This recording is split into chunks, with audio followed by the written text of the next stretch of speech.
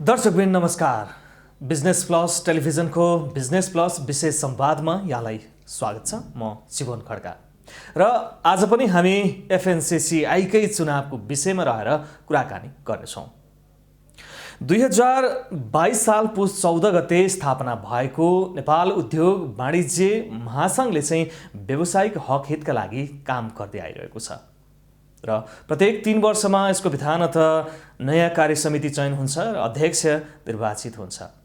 मिलेर जान सके मिलेर गएको कार्यसमितिले त्यो कार्यभार सम्हाल्छ भने नभएपछि चुनावमै जाने र चुनावी मैदानबाट जसले चाहिँ नै जित्छ उसैले पदभार ग्रहण गर्ने विधान पनि रहेको छ र पदभार ग्रहण गर्नका लागि वरिष्ठ उपाध्यक्ष 2 जना जो चयन हुन्छन् त्यसले चाहिँ नि आगामी 3 वर्षको लागि 3 वर्षपछिको लागि चाहिँ नि कार्यभार सम्हाल्ने विधान पनि रहेको छ। यानी कि जो वरिष्ठ उपाध्यक्षका लागि निर्वाचित हुन्छ उसले चाहिँ स्वतै अर्को कार्यकालका लागि अध्यक्ष बन्ने चाहिँ नि प्रावधान पनि नेपाल उद्योग वाणिज्य महासंघको रहेको छ। र आज हामी मङ्सिर 11 देखि 13 गतेसम्म हुन गइरहेको निर्वाचनकै सन्दर्भमा रहेर कुराकानी गर्छौँ र कुराकानी गर्नका लागि हामीसँग स्टुडियोमा उपस्थित हुनुहुन्छ नेपाल एलपी ग्यास उद्योग सङ्घका निवर्तमान अध्यक्ष शिव घिमिरेज्यू। यहाँलाई हार्दिक स्वागत छ। धन्यवाद। मैले सुरुमै भने चुनाव मङ्सिर 11 देखि 13 सम्म माहौल कस्तो छ, अहिले परिस्थिति कस्तो छ? यहाँले किशोर प्रधानको टिमबाट चाहिँ उम्मेदवारी दिनुभएको छ, वस्तुस्थिति ठ्याक्कै कस्तो छ अहिले? अब हेर्नुहोस्, अब विगतका चुनाव जस्तो माहौल त अझै छैन।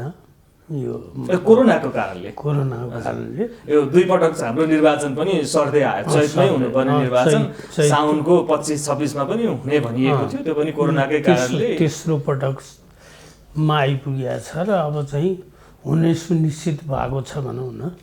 अब विगतका चुनावहरूमा चाहिँ एउटा किसिमले अब चुनावी हुँदाखेरि अर्कै खालको माहौल हुन्थ्यो। देशभरिका निजी क्षेत्रका उद्योगी व्यवसायीहरू काठमाडौँमा जम्मा हुने र महिनौँ अगाडिदेखि अलि चहलपहल देखिने पनि गर्थ्यो।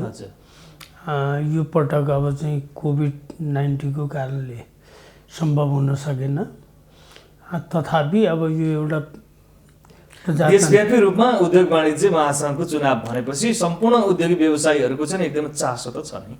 सबैको यसमा हुनु स्वाभाविकै पनि हो।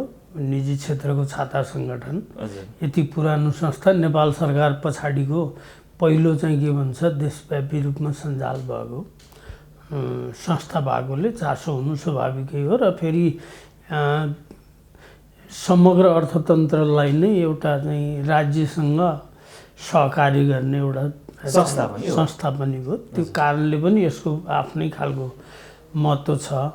तर यो पटकको चाहिँ निर्वाचन चाहिँ अलि अब विगतका भन्दा भिन्न खालको चाहिँ यो कोभिडको कारणले बन्न पुगेको छ। हजुर, अब चुनाव नगरिकन उद्योग वाणिज्य महासंघले चाहिँ अब किनभने मैले किन यो चुनावको कुरालाई जोड दिएको भने अलिकति चुनाव भइसकेपछि चाहिँ भित्र केही वैमनस्यता, अलिकति विचार नमिलेको कुराहरू जस्तो पनि देखिने। अब यो व्यवसायिक घरानाका यहाँहरू त व्यवसायिक उद्योगी व्यवसायीहरू किन मिल्न नसक्या भने?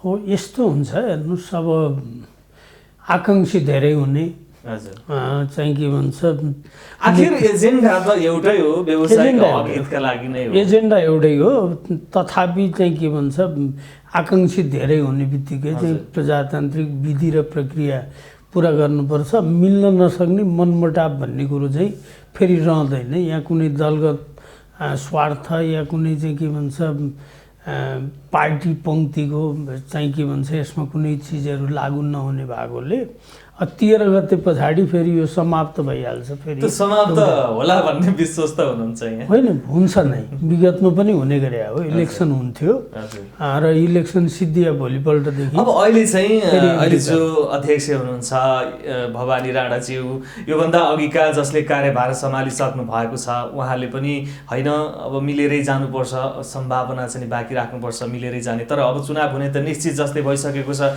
मिल्ने सम्भावना देखिँदैन। अब यो 2 ढाक ठ्याक्कै छुट्टिएको छ। यहाँ किशोर प्रधानज्यूको वरिष्ठ उपाध्यक्षका लागि एकातिर एउटा धार छ भने चन्द्रप्रसाद ढकालज्यूको अर्कोतिर अर्को धार रहेको छ। अब यो दुई धारमा चाहिँ किन छुट्टिएको होला भन्ने हाम्रो जिज्ञासा मात्रै हो, किनभने एकै धारमा मिलेर व्यावसायिक हक हितको लागि जान सकिन्थ्यो होला नि भन्ने हाम्रो जिज्ञासा। होइन, त्यो अब जिज्ञासा रहनु र मिल्न सकिया भए राम्रो कुरो आफ्नो ठाउँमा रह्यो। अब फेरि पनि मैले अघि नै पनि भने अब आकाङ्क्षी धेरै र चाहिँ के भन्छ नेतृत्वमा पुग्ने थोरै हुने बित्तिकै त्यहाँ स्वाभाविक रूपले चाहिँ 2-3 धारहरू हुनु स्वाभाविकै हो। तर यो चुनाव पछाडिका धार होइनन्, यो चुनाव 13 गतेसम्मको धार हो, त्यो पछाडि समाप्त हुन्छ। किनभने विगतमा पनि म अहिले पनि वर्तमान कार्य समितिमा नि छु भनेपछि विगतमा पनि इलेक्सनैबाट आएको थियौँ हामी। फेरि चाहिँ इलेक्सन सिद्धियो चाहिँ नर्मली व्यापारी घरानाहरूलाई पनि नेतृत्व तहमा पुगेरै आफै चाहिँ नेतृत्व गर्न पर्ने चाहिँ किन रहेछ भने होइन, किनभने अब विचारमा व्यवसायिक हिसाबमा एउटा सकारात्मक कुरा पक्रिनको लागि आफैले नेतृत्व गर्नुपर्ने हो र भने अब एउटा त यस्तो हुन्छ व्यक्ति पछिको सोचमा पनि फरक पर्छ। मतलब चाहिँ लक्ष्य एउटै भए तापनि उद्देश्य त वास्तवमा चाहिँ निजी क्षेत्रको छाता सङ्गठन आर्थिक गतिविधिमा चाहिँ कि राज्यलाई एउटा चाहिँ पुलको काम गर्ने र चाहिँ नीतिगत निर्णयहरूमा लबिङ गर्ने यो कुनै चाहिँ के भन्छ नियमनकारी निकाय त होइन। तथापि एउटा राज्यलाई चाहिँ के भन्छ मार्ग निर्देश गर्ने पनि हो निजी क्षेत्रको। तर अब त्यसमा फेरि चाहिँ के भन्छ सोच चाहिँ फरक फरक हुन्छ। जस्तो भनौँ न निजी क्षेत्रको भन्ने बित्तिकै हामी विभिन्न तह तबकामा या विभिन्न व्यवसायमा छरिएर रहेका छौँ भनेपछि फरक फरक व्यवसायको प्रतिनिधित्व पनि गरिरहेको हुन्छ। त्यसैले गर्दा अब यसमा चाहिँ के भन्छ म मेरो ट्रेडबाट जस्तो मेरो चाहिँ मूल अब शिवप्रसाद घिमिरेको भन्दा पेट्रोलियम सेक्टरको मान्छे तेल ग्यासको चाहिँ सम्बन्धित मान्छे भनेर मेरो पहिचान छ। अरू भले होलान् व्यवसाय कारोबार अरू पनि, तर मेरो समग्रमा पहिचान त त्यहाँबाट छ भनेपछि अब म नेतृत्वमा पुगेँ भने पेट्रोलियम सेक्टरलाई चाहिँ के भन्छ कसरी व्यवस्थित गर्ने र यो चाहिँ व्यापार घाटाको नेपालको सबैभन्दा ठुलो हिस्सा नै चाहिँ पेट्रोलियम प्रडक्ट ग्यास तेलले गरिरहेछ, त्यसलाई रिप्लेस कसरी गर्ने, व्यापार घाटा न्यूनीकरण कसरी गर्ने र चाहिँ के भन्छ त्यसले एकखाले राज्यलाई पनि सहयोग पुग्ने कुरा हो। देशको कुनै अब मसँग एउटा खालको सोच होला, अर्को साथीसँग अर्को खालको होला, विभिन्न खालका सोचहरूले गर्दाखेरि चाहिँ धारहरू छुटेर नेतृत्वमा जान पर्ने जस्तो अब देखियो। अस्वाभाविक लिनु हुँदैन। अनि अब यो नेतृत्व गर्दाखेरि यहाँले किशोर प्रधानको टिमबाट चाहिँ उम्मेदवारी दिनुभएको छ र उहाँको अभिव्यक्तिहरू सुन्दाखेरि चाहिँ म अलिकति पाएको पनि छु। मैले लामो समय यो उद्योग व्यवसायको क्षेत्रमा बिताएँ पनि, झन्डै 28 वर्ष। चन्द्रप्रसाद ढकालज्यू चाहिँ भर्खरै आउनु भएको छ, यो पालि चाहिँ मलाई छाडिदिनुपर्छ भनेर एउटा खालि अभिव्यक्ति दिनुभयो। यो जायज खालको अभिव्यक्ति थियो? अब हेर्नुहोस् आफ्ना ठाउँमा सबैका कुरा जायजै हुन्छ।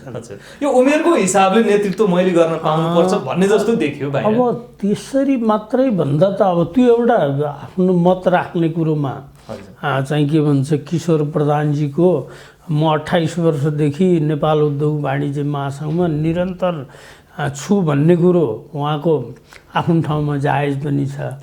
त्यसै गरेर फेरि चन्द्र ढकालजीले पनि म चाहिँ के भन्छ डिफ्रेन्ट सेक्टरको चाहिँ के भन्छ व्यवसायको नेतृत्व गर्दै आएकोले मैले अवसर पाउनुपर्छ भन्ने उहाँको नि आफ्नो ठाउँमा जायज होला।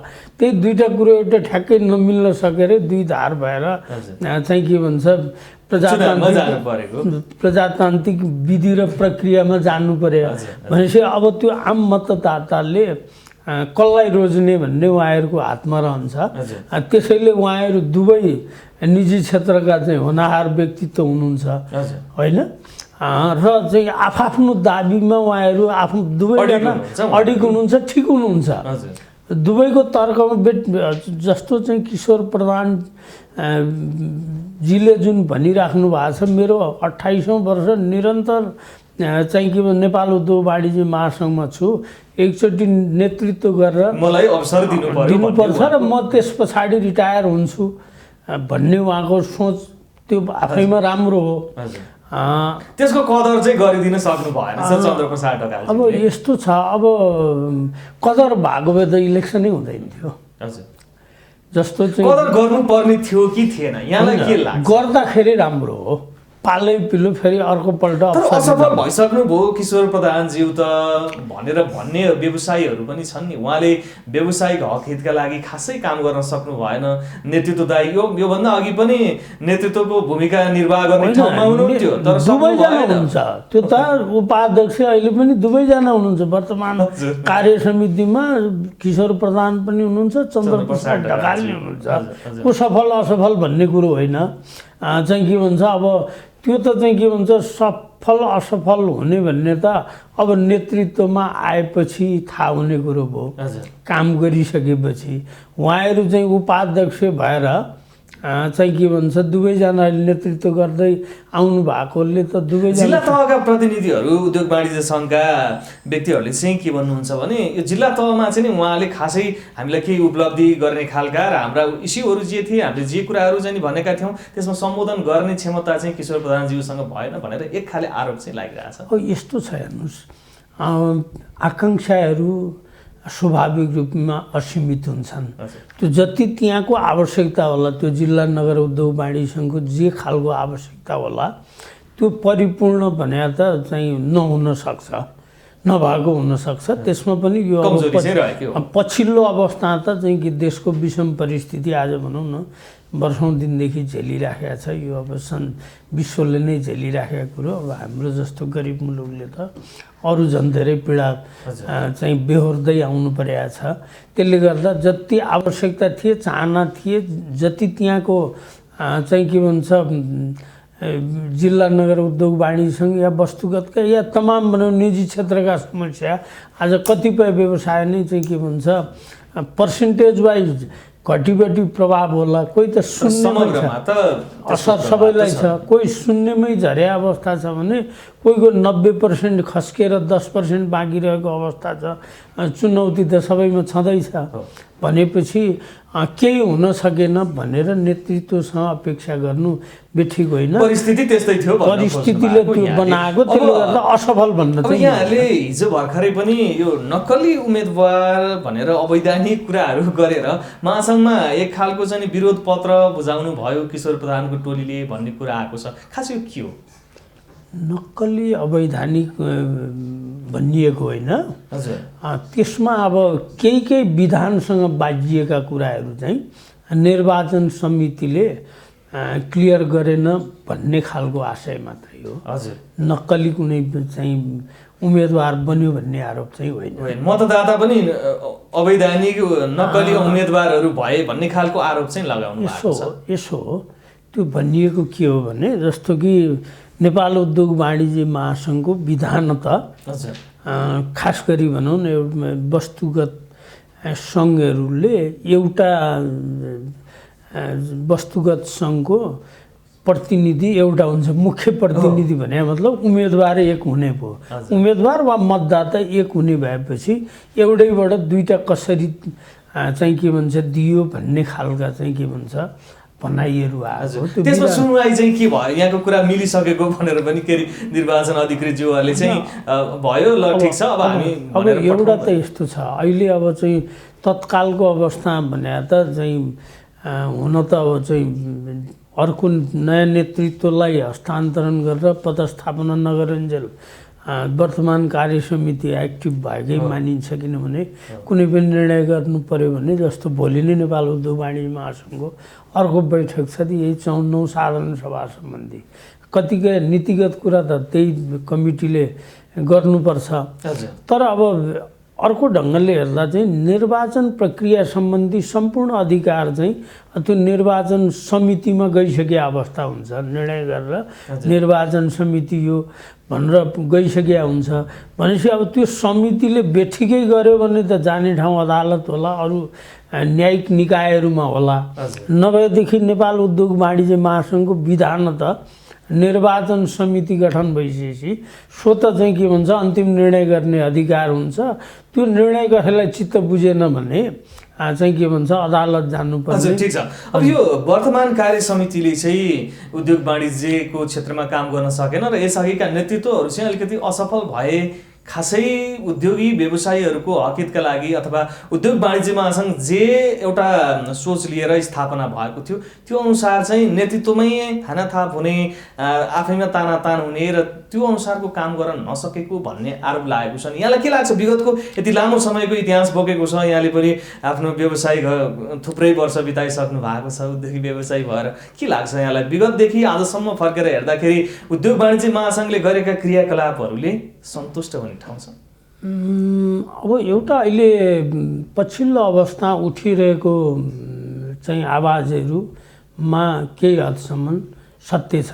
किनभने नेपाल उद्योग वाणिज्य महासङ्घको जुन गरिमा थियो विगत अब चाहिँ के भन्छ कुनै चाहिँ नेतृत्वप्रति लक्षित नगरी भन्नुपर्दा विगत केही चाहिँ के भन्छ 10-15 वर्ष अगाडि 20 वर्ष अगाडिको नेपाल उद्योग वाणिज्य महासङ्घको जुन एउटा साख थियो त्यो राज्यले हेर्ने नजरमा पनि फरक थियो, आम पब्लिकले हेर्नेमा नि फरक थियो र निजी क्षेत्र समग्रले हेर्ने दृष्टिकोणमा नि फरक थियो। त्यो पछिल्लो अवस्था आएर अलिकति चाहिँ के भन्छ त्यो साख चाहिँ गिरेको चाहिँ निश्चित रूपमा हामीलाई पनि भानुहुन्छ। नेतृत्वले काम नगरेरै त्यो साथ गिर्दै गयो। अब ठ्याक्कै जिरो नै त नभनौँ, जति आवश्यकता थियो होला समय अनुकूल त्यो वितृष्णा पैदा हुनु भने त अबको नेतृत्वले त्यसलाई ट्र्याकमा लान सक्छ भन्ने विश्वास छ यहाँलाई? लानुपर्छ, लान्छ। कसरी लाने? यस्तो छ, एउटा त के भने कुनै चिजको पनि एउटा भनाइ छ नि, हाम्रो एउटा नेपाली उखान बाँस जति माथि गयो अनि फेरि निहुरेर तलै आउँछ भन्छन् नि।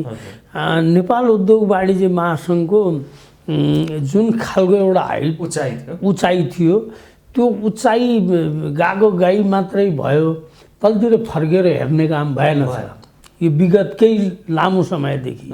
भनेपछि अब त्यो चाहिँ के भन्छ माग भइसक्यो। एउटा त यो समग्र निजी क्षेत्रको नै पनि माग बढेर आयो, अर्को राष्ट्रिय आवश्यकता पनि चाहिँ के भन्छ खड्केर आयो भनौँ न। किनभने राष्ट्रिय आवश्यकता यस मानेमा कि जस्तो कोभिडबाट अर्को चाहिँ के भन्छ विभिन्न लामा कालखण्डमा राजनीतिक द्वन्द्व चाहिँ नाकाबन्दी भूकम्प थुप्रै कारणले मुलुक आक्रान्त त छँदै थियो निजी क्षेत्र। त्यसमा पनि यो चाहिँ विश्वव्यापी महामारी कोभिडबाट जुन खालको चाहिँ मुलुकभित्र चाहिँ अवस्था सिर्जना भयो त्यसले यति धेरै चाहिँ के भन्छ चुनौतीहरू थपिदियो। अब केही नगरिकन सुखै छैन भने केही गर्ने भने के भनेपछि अब 5 वर्षमा के गर्ने, 10 वर्षमा के गर्ने, 3 वर्षमा के गर्ने। कस्तो छ भने अब विस्थापित हुने, अब यहाँहरूकै भनाइ पनि छ कोरोनाको कारण लामो समय ठप्प रह्यो, उद्योग व्यवसाय ठप्प छन्, रोजगारीलाई दिनुपर्ने तलब सुविधा अनेक कुराहरू छन्, ब्याङ्कको ब्याज दरका कुराहरू छन्, सरकारले हेर्नुपर्ने थुप्रै कुराहरू नहेरेर यहाँहरूले पनि गुनासो पोखिराख्नु भएको छ।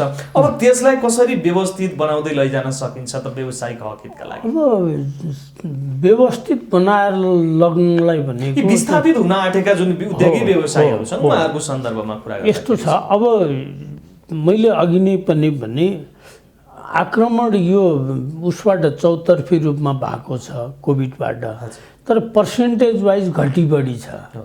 कुन क्षेत्र कति पर्सेन्ट बढी र घटी भन्ने मात्रै हो, प्रभाव सबैमा छ। भनेपछि अबको चाहिँ के भन्छ नेपाल उद्योग वाणिज्य महासङ्घको चुनौती र यसलाई अवसरको रूपमा पनि लिनुपर्छ।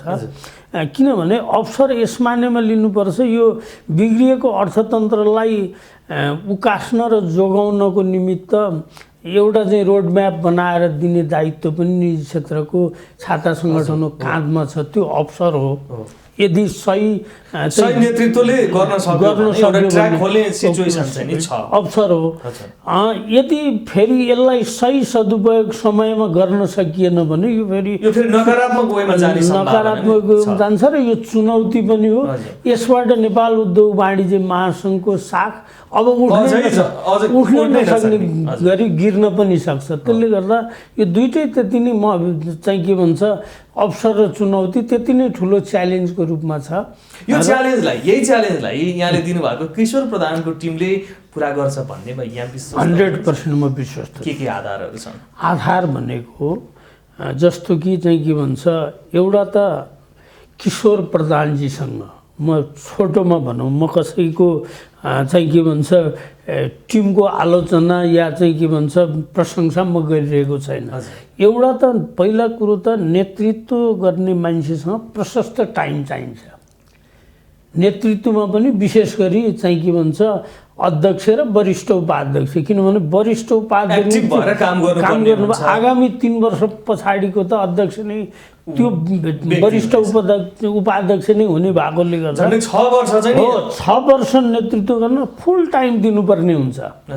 यदि साँच्चै चाहिँ नेपाल उद्योग वाणिज्य महासङ्घलाई नेतृत्व सही प्रदान गर्ने हुने त्यो सम्पूर्ण टाइम किशोर प्रधानसँग छ। समय छैन। उहाँ अनएक्टिभ हुनुहुन्छ या चाहिँ क्षमता छैन म भनिरहेको छैन, क्षमता होला, अलिक बढी व्यस्त हुनुहुन्छ बस। किनभने समय सबैभन्दा महत्त्वपूर्ण चिज हुन्छ। त्यो समय दिन र अनुभव दुइटै चिजमा खारिएको किशोर प्रधानजी हुनुहुन्छ र समयले उहाँलाई साथ दिन्छ कि उहाँलाई त्यत्रो चाहिँ आफ्नो निजी व्यवहार कारोबार उद्योग धन्दाले चाहिँ डिस्टर्बेन्स हुनुपर्ने अवस्था छैन। त्यसले गर्दा पूर्ण समय नेपाल उद्योग वाणिज्य महासङ्घलाई दिन सक्ने र भिजन पनि भएको र अनुभव पनि लामो सङ्घालिया कारणले चाहिँ के भन्छ त्यो कुरा चाहिँ यहाँले चन्द्रप्रसाद ढकाललाई बुझाउन सक्नु भएन है? अब यस्तो व्यक्तिगत रूपमा अब बुझाउने भन्दा पनि बुझ्ने कुरो पनि हो नि।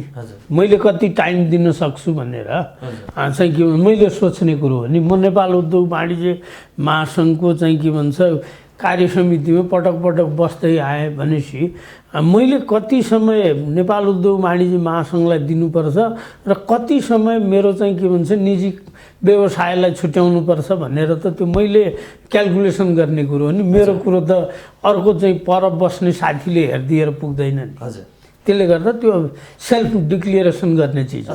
अब यो थोरै विधानको कुरा गरौँ। यहाँले अघि पनि भन्नुभयो 6 वर्षे कार्यकाल, किनकि वरिष्ठ उपाध्यक्ष भइसकेपछि त्यो व्यक्ति चाहिँ अर्को 3 वर्षे कार्यकालका लागि स्वतै हो 6 वर्षलाई कम्प्लिट टाइम अध्यक्षको लागि चाहन्छ। यो विधानको बारेमा पनि बेला बेलामा यहाँहरूले नै कुरा उठाउने हुन्छ।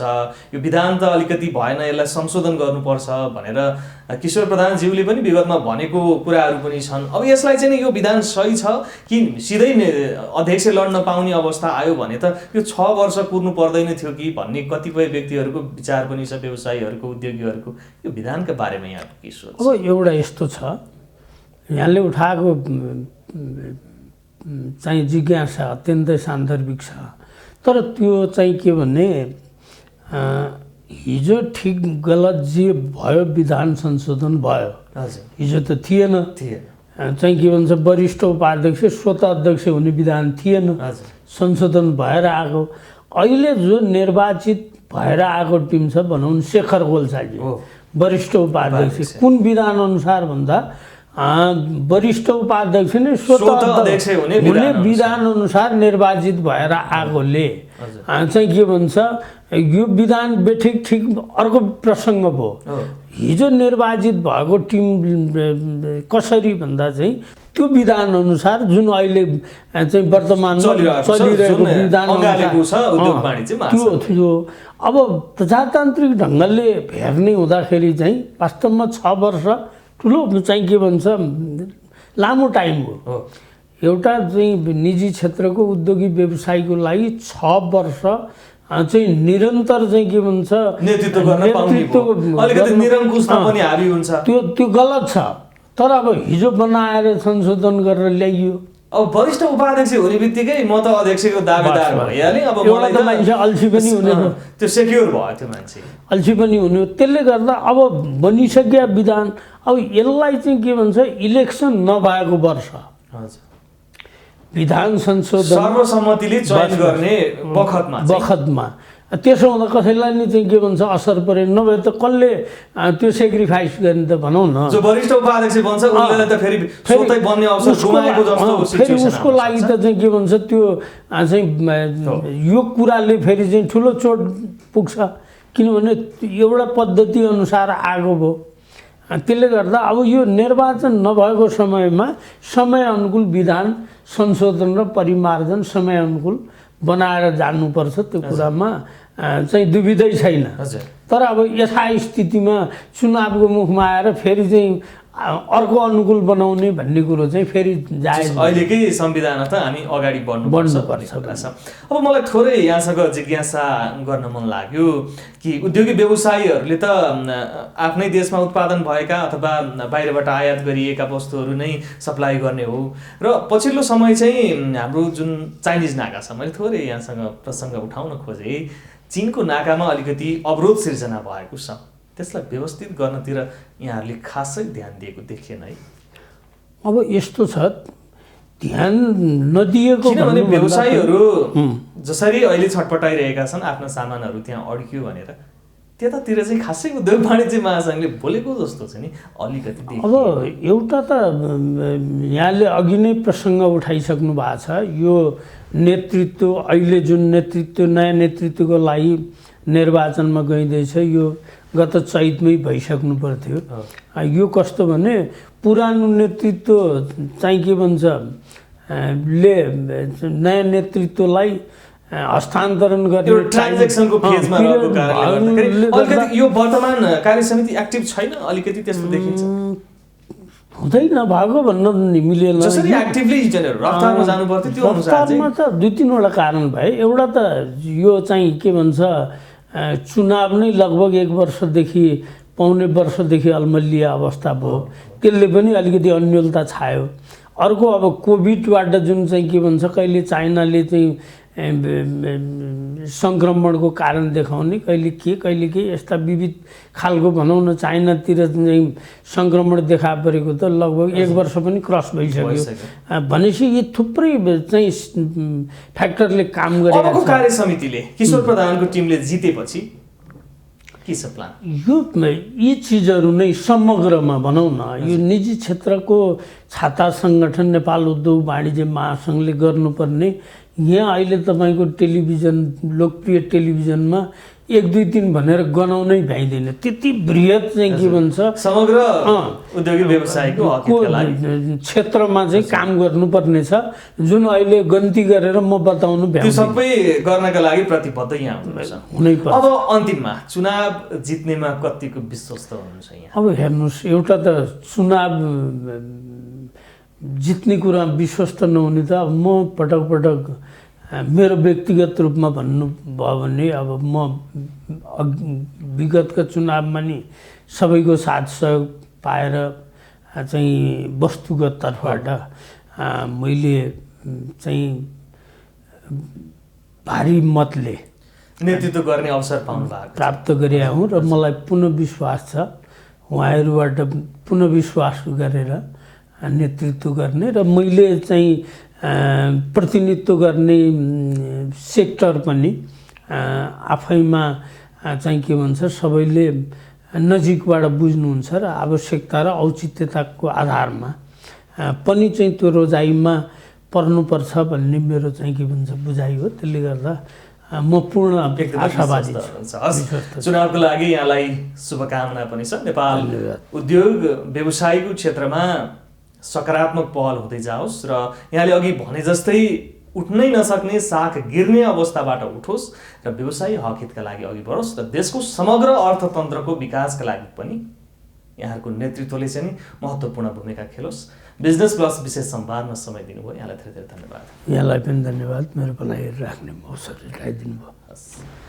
दर्शकवृन्द, आज हामीले कुरा गऱ्यौँ मङ्सिर 11 देखि 13 गतेसम्म हुन लागिरहेको एफएनसिसिआईको चुनावको सन्दर्भमा र हामीसँग कुराकानी गर्नका लागि हुनुहुन्थ्यो नेपाल एलपी ग्यास उद्योग सङ्घका निवर्तमान अध्यक्ष शिव घिमिरेज्यू। अर्को कुनै विषयका साथमा अवश्य पनि आउनेछु। Business plus business first. नमस्ते।